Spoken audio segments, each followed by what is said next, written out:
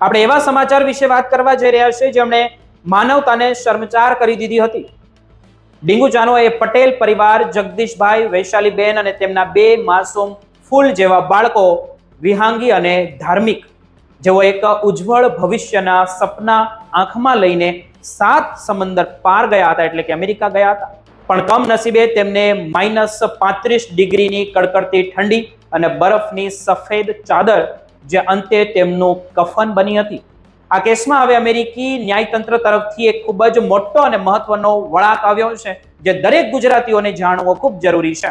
મિત્રો, વર્ષ 2022ની એક કાળી રાત કોઈ ભૂલી શક્યું નથી, જ્યારે કેનેડા અમેરિકા બોર્ડર પર બરફના તોફાન વચ્ચે આખા પરિવાર થીજીને મૃત્યુ પામ્યો હતો।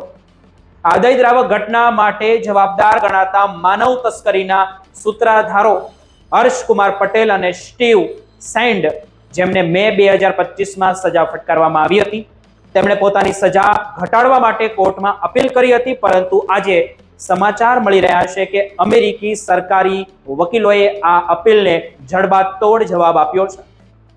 વકીલોએ કોર્ટને પત્ર લખીને સ્પષ્ટ શબ્દોમાં જણાવ્યું છે કે આ ગુનેગારોની અપીલને તાત્કાલિક ફગાવી દેવી જોઈએ। સરકારી વકીલોની દલીલો સાંભળીને કોઈ પણનું કાળજું કંપી ઉઠે તેવું છે। વકીલોએ કોર્ટમાં કહ્યું કે આ કોઈ અકસ્માત નહોતો, આ એક જાણી જોઈને ખેલાયેલું જોખમ હતું।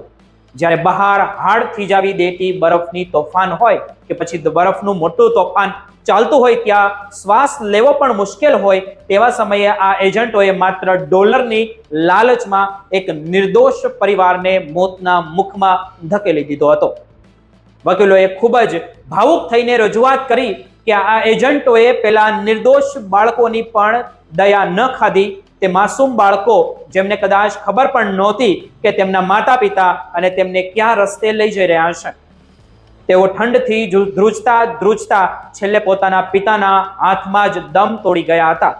કોર્ટમાં વકીલોએ ભાવપૂર્વક જણાવ્યું કે હર્ષકુમાર પટેલ અને સ્ટીવ સેન્ડ આ પરિવારના સપનાઓને સોદો કર્યો હતો। તેમણે આ એવા લોકો છે જેઓ જીવતા જાગતા માણસોને માત્ર કાર્ગો કે પછી સામાનની જેમ જોતા હતા।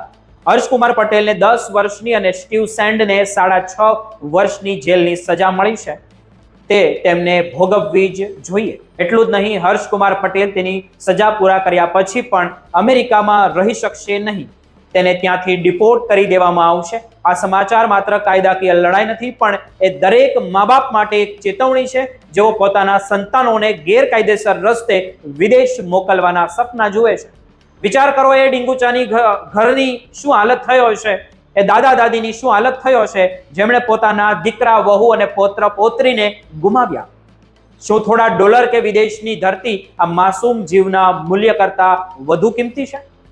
અમેરિકી વકીલોનું આ કડક વલણ એ વાતની સાબિતી આપે છે કે ભલે ન્યાય મોડો થાય, પણ કુદરત અને કાયદો કોઈને છોડતા જ નથી।